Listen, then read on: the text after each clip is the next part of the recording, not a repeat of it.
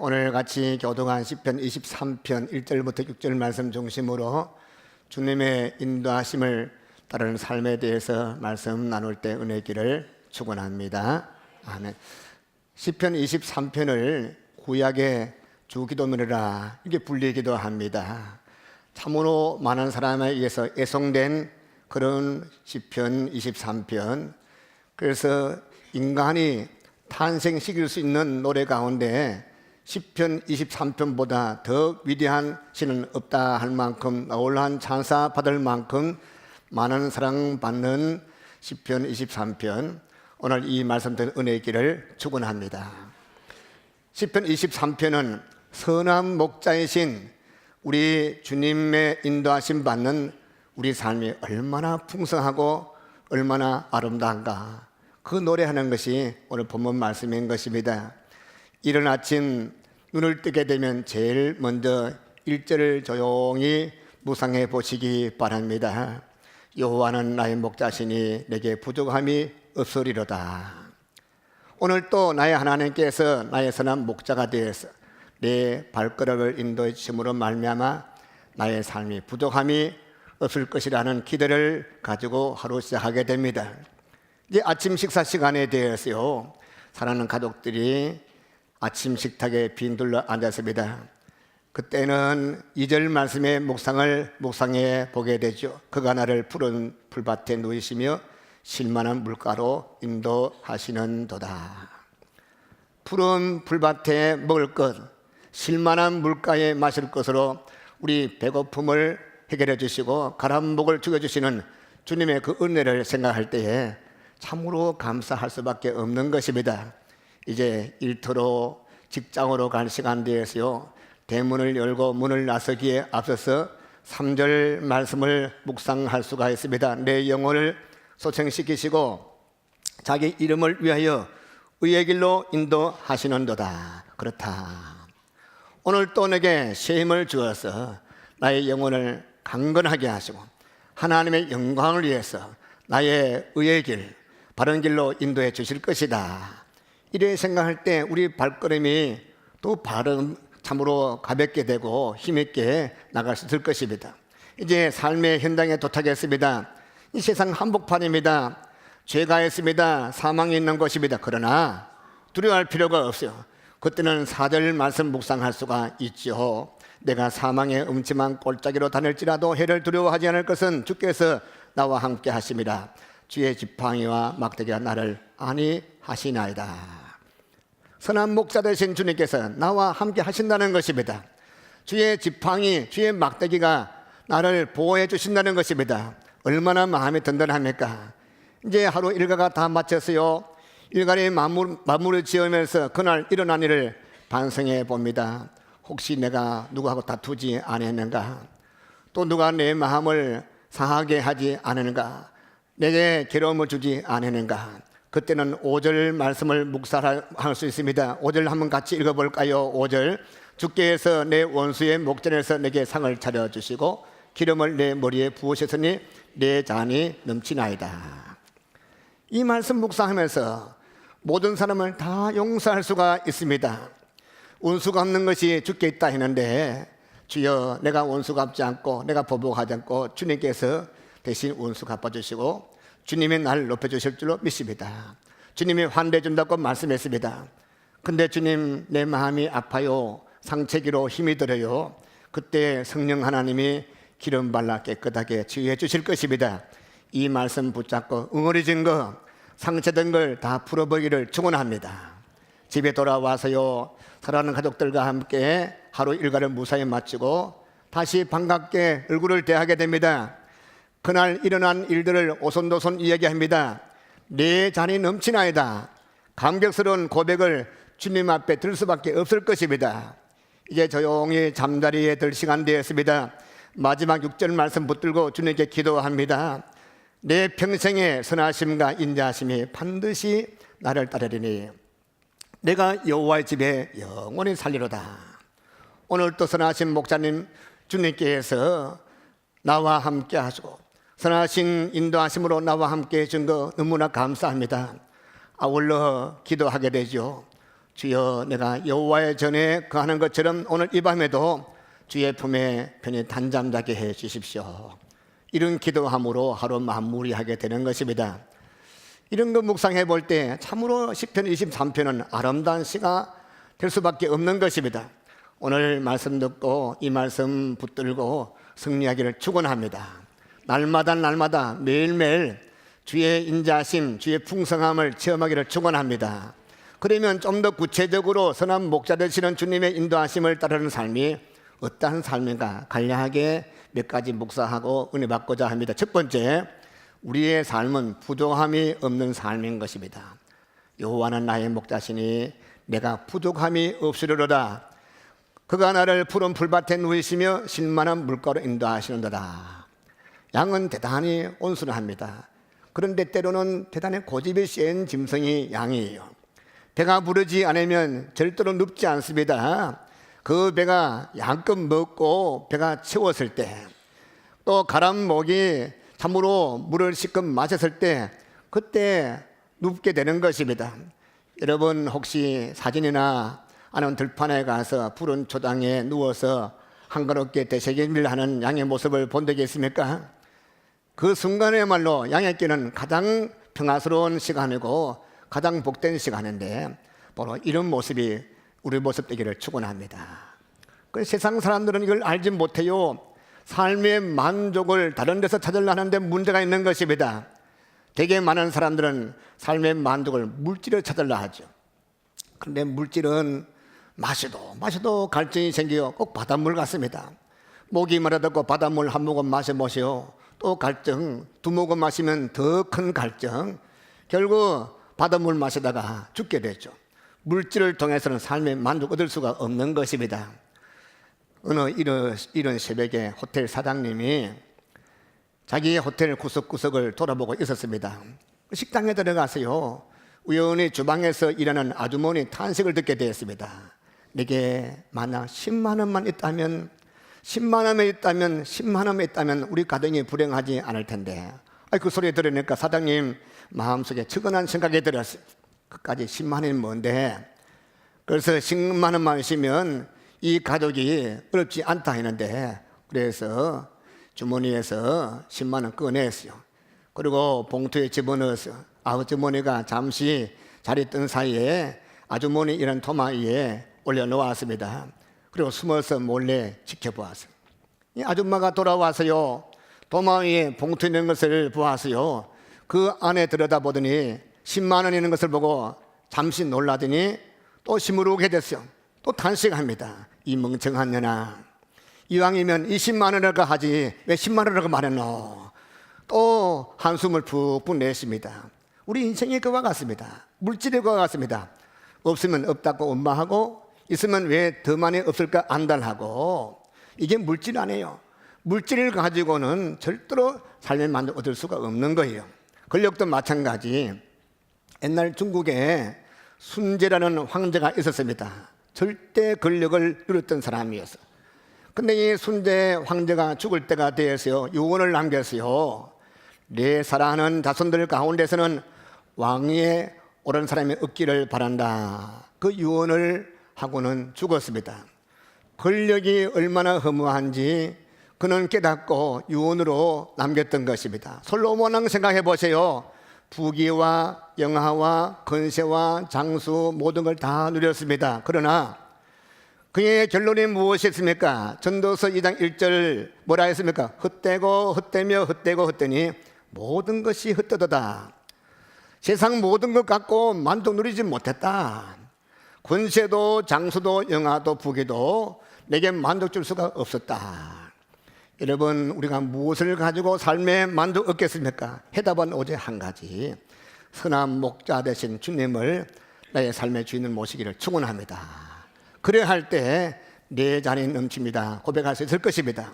그래서 유명한 성 어거스틴이 그의 참회록 제일 첫 페이지에 이런 유명한 고백을 했어요. 하나님이여, 우리 인생은 당신의 품을 떠나서는 결코 참된 평안 누릴 수가 없나이다. 선하신 목자 되신 주님 뒤를 따라갈 때에 부족함이 없고 참된 만족이 있음을 깨달은 그런 성으스틴의 고백이 우리 고백되기를 축원합니다. 그 다음 두 번째, 두려움이 없는 삶을 살아갈 수가 있습니다. 4절 말씀에 이런 말씀이시요. 4절 다시 한번 같이 읽어볼까요? 같이 읽습니다. 내가 사망의 음침한 골짜기로 다닐지라도 해를 두려워하지 않을 것은 주께서 나와 함께 하심이라. 주의 지팡이와 막대기가 나를 안위하시나이다. 유대 땅에는 높은 산지가 많아요. 그리고 반면에 깊은 계곡들이 있습니다. 거기는 동굴들이 많아요. 사나운 짐승들이 동굴에 숨어 있다가 길을 헤매고 무리에서 떠나 빠져나온 그 양들을 덮쳐서 물어 죽이고 삼키게 되는 그 골짜기를 사망의 엄청난 골짜기라. 근데 때로는 목자가 양들을 깊은 골짜기로 인도할 때가 있습니다. 거기를 통과해서 푸른 풀밭 잔잔한 물가로 인도하기 때문에 그렇습니다. 그런 때라도 사망의 엄청난 골짜기를 통과할지라도 양들 두려워할 필요가 없습니다. 왜? 누가 함께 있기 때문에? 선한 목자가 함께 있기 때문에 그런 것입니다. 목자의 손에는 지팡이가 있습니다. 막대기가 있습니다. 사나운 짐승들을 물리쳐주기 때문에 두려워할 필요가 없는 것입니다. 우리 인생도 마찬가지. 늘 푸른 풀밭 실만한 물가가 우리 앞에 펼쳐 있는 것만 아닙니다. 때로는 사망의 음침한 골짜기를 눈물 흘리면서 걸어갈 때가 있을 것입니다. 환난과 어려움과 함께 걸어갈 때가 있을 것이며 그러나 무서워할 필요가 없습니다. 선한 목자 되신 주님께서 늘 여러분과 저와 함께 하시 믿으시기 바랍니다. 여러분 꼭 기억하세요. 우리 주님은 우리가 푸른 풀밭에 또 잔잔한 물가에 있을 때만이 선한 목자, 그것만은 아니에요. 사망의 음침한 골짜기에 있을 때도, 눈물 흘릴 때도, 괴로울 때도, 왕따당할 때도, 그때도 여전히 우리 선한 목자가 되어서 함께 하시고 지켜주시 믿으시기 바랍니다. 어린 모세를 생각해 보세요. 핏덩어리 어린 모세가 나일강에 버려졌습니다. 그러나 선한 목자 되신 주님께서 그 갓난 아기 모세의 울음을 들으시고 그를 보호하시고 바로의 궁중으로 인도하셨던 그 주님, 또 그러면 어린아이 젊은 사람만 도움받았나? 나이 많은 늙은 나오미 생각해 보세요. 불행한 일 당해서 남편이 죽었어요. 아들 둘밖에 없는 큰아들이 죽었어요. 둘째 아들 다 죽었어요. 외롭습니다. 쓸쓸합니다. 눈물의 삶을 사는 그때 우리 주님께서 그와 함께 하사 다시금 복된, 다시금 축복의 땅 베들레헴으로 인도해서 귀한 복된 자리 인도하신 그 주님, 여러분 우리 주님께서 지금 여러분과 함께 하시 믿으시기 바랍니다. 비록 여러분과 제가 사망의 음침한 골짜기에서 눈물 흘리고 암담한 처지에 있다 할지라도 낙심하지 마시기 바랍니다.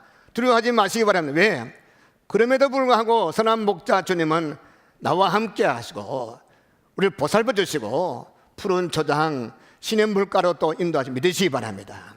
그것만이 아니에요. 5절 말씀 보니 이렇게 또 말씀하고 있습니다. 주께서 내 원수의 목전에서 내게 상을 차려주시고 기름을 내 머리에 부으셨으니 내 잔이 넘치나이다.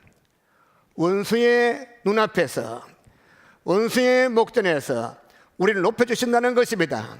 원수의 눈앞에서 잔치상을 베풀어 주시고 우리를 환대해 주신다 말씀했습니다. 다윗이 아직 어릴 때였어요. 이스라엘 백성과 블레셋과 전쟁이 벌어졌어요. 큰 싸움이 벌어졌어요. 큰형님, 둘째형님, 셋째형님 전쟁에 나갔습니다. 소식이 없어서 아버지가 궁금해서 막내 아들 이 아들 다윗을 그곳에 보내었습니다. 그런데 가보니 자기 동족들 이스라엘 군대가 자기가 땅에 뚝 떨어져서 다 숨어 있습니다. 전부 다 벌벌 떨고 있습니다. 그런데 이 키가 장승 같던 골리앗의 블레셋 장수가 쩌렁쩌렁 소리 지릅니다. 하나님을 욕을 합니다. 하나님 군대를 저주합니다. 그럴 때 다윗이 어땠습니까? 도망을 쳤습니까? 숨었습니까? 그렇지 않습니다. 골리앗 향해서 나아갔습니다. 너는 칼과 창을 갖고 내게 나오지만 나는 네가 욕하는 만군의 하나님 여호와 이름으로 나간다. 담대하게 나가면서 물매를 던졌습니다. 그의 이마를 까버렸습니다. 골리앗의 칼을 빼서 목을 베었습니다. 그리고 그것을 들고서 승리의 개가 부르며 돌아왔습니다. 하나님께서 원수의 목전에서 블레셋 군대하면서 이 다윗을 높이신 그 하나님께서 여러분 높이기를 축원합니다. 우리의 인생이 저 높은 예루살렘에서부터 저 낮은 여리고까지 내려가는 처럼 험난한 길이 될 수가 있습니다. 거기는 강도가 있습니다. 짐승이 있습니다. 그러나 언제 불의한 원수가 공격할지 알 수 없지만 무서워할 필요가 없어요. 왜? 그 내려가는 길목에 참으로 힘든 그 구석구석에 하나님께서, 예수님께서 선한 목자로서 함께 하시 믿으시기 바랍니다. 그리고 마지막 세 번째, 우리에게 소망의 삶을 갖고 살아가게 하심을 찬미합니다. 6절 말씀 뭐라고 말씀하고 있습니까? 우리 크게 한번 읽어볼까요? 6절 같이 읽습니다. 내 평생의 선하심과 인자하심이 반드시 나를 따르리니 내가 여호와의 집에 영원히 살리로다. 얼마나 아름다운 말씀이에요. 비록 사망의 음침한 꼴짝에 다닐지라도 내게 뭐가 있습니까? 소망이 있어요. 어떤 소망입니까? 주님의 선하심, 주님의 인자하심이 반드시 나와 함께 하신다. 그런 소망.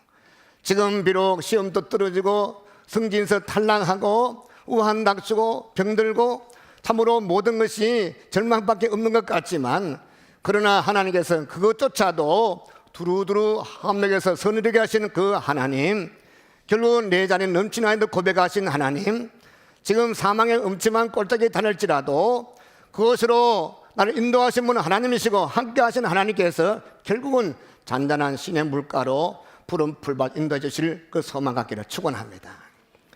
우리 하나님은 저녁이 되며 아침이 되니 어두운 밤이 지나고 나면 찬란한 아침을 허락해 주실 줄 믿으시기 바랍니다. 바울과 신라가 복음 전하다가 매를 많이 맞고 빌립보 감옥에 갇혔어요. 온몸이 쑤시고 아파요. 안 아픈 것이 없습니다. 문자 그대로 사망의 음침한 꼴짝이었습니다. 그러나 그들은 두려워하지 않았어요. 낙심하지 않았어요. 왜냐하면 이 감옥 속에서도 주님이 나와 함께 하신다, 그걸 알았기 때문에 그 순간 마음이 기쁨이 생겼어요. 감사가 나왔어요. 찬송이 나왔어요. 혼자 하다가 두 명이 같이 하게 되었어요. 찬송하고 감사하고, 비록 힘들고 어려운 순간 영광 돌렸더니 놀란 일이 벌어졌어요. 옥토가 흔들거렸습니다. 창고가 풀렸습니다. 옥문이 열렸습니다. 그것 때문에 빌립보 감옥의 간수가 회개하고 그의 가족들이 다 여신이 응접하고 빌립보 교회 첫 번째 성도가 된 놀라운 축복, 이런 은혜가 우리 교회에 있기를 소망합니다. 그뿐 아니에요. 우리에게 더 큰 소망이 있습니다. 내가 여호와의 집에 영원히 거하리로다. 때로는 우리의 원수가 우리의 육신의 생명을 해친다 할지라도 선한 목자 되신 우리 예수님이 죽음 접해는 영원한 아버지 집으로 인도할 그 소망을 갖기를 축원합니다. 우리 신약 성경 요한복음 14장 1절, 2절, 3절 말씀 보니 예수님께서 마지막 설교에 이렇게 말씀을 끄집어냈습니다. 너희는 마음에 근심하지 말라. 하나님 믿으니 또 나를 믿으라. 내 아버지 집에 거할 곳이 많도다. 그렇지 않으면 너에게 일러서리라. 내가 너희를 위하여 거처를 예비하러 가노니 가서 너희를 위하여 거처를 예비하면 내가 다시 와서 너희를 내게로 영접하여 나 있는 곳에 너희도 있게 하리라. 아버지 집에 거할 곳이 많다 말씀했어요. 저 영원한 천국을 우리에게 분명히 말씀해 주었어요. 만약 영원한 천국이 없다면 내가 일러서리라. 만일 천국이 따로 없고 그저 이 세상으로 끝나버린다면 우리 예수님께서 분명히 그렇다고 말씀해 주셨을 것입니다. 다른 사람에게는 몰라도 예수님 따라다니는 제자들에게, 주를 사랑하는 여러분에게 말씀해 주실 것입니다. 얘들아, 천국은 따로 없어. 그저 이 세상에서 잘 먹고 잘 살다가 가면 끝나버려, 이렇게 말씀했을 것입니다. 그러나 예수님 말씀했어요. 내 아버지 집에 거할 곳이 많도다. 그렇지 않으면 일러서리라. 이 세상이 아닌 눈물도 없고 슬픔도 없고 아픔도 없고 헤어짐이 없는 우리 주님께서 예비하신 천국에 있음을 분명히 말씀해서 믿으시기 바랍니다. 여러분과 저는 내일 일 알 수가 없어요. 심는 일은 절대로 알 수가 없어요. 알 필요도 없어. 왜? 선하신 목자 우리 예수님이 인도하는 대로 가다만 가고 서자만 서고 한 걸음 한 걸음 따라가다 보면 언젠가는 저 높은 곳에 천국까지 갈 줄 믿으시기 바랍니다. 그래야 할 때 우리도 다윗 같은 고백을 할 수 있을 줄로 믿습니다. 나의 평생의 선하심과 인자하심이 정녕 나를 따르리니 내가 여호와의 집에 영원히 거하리로다. 아멘. 말씀 맺겠습니다. 오늘 우리는 선하심 목자 되신 우리 예수님의 인도하심 따를 때 우리 삶이 얼마나 풍성한가 세 가지로 말씀 나누어 보았습니다. 부조함이 없는 삶, 두려움이 없는 사람, 소망이 없는 삶. 예수 그리스도는 어제나 오늘날 영원토록 동일하신 믿으시기 바랍니다. 그때 예수님은 지금도 살아계시고 변함없으시고 지금도 역사하신 믿으시기 바랍니다. 그 예수님께서 요한복음 10장 11절 말씀 이런 말씀했어요. 나는 선한 목자라. 선한 목자는 양들을 위하여 목숨을 버리거니와. 우리 예수님은 우리들을 원수의 손에서 구원하시기 위하여 십자가에서 자기의 목숨을 버리기까지 우리 살아계신 참으로 선하신 목자이심을 믿으시기 바랍니다. 우리 주님께서 인도하는 대로 순종하며 한 걸음 한 나기를 축원합니다. 선한 주님께서 우리 삶의 주인으로 모셔질 때 우리 남은 여생 남은 삶은 부족함이 없어요. 두려움이 없어요. 소망에 충만한 삶을 믿으시기 바랍니다. 이런 삶의 길을 주님은 축원합니다.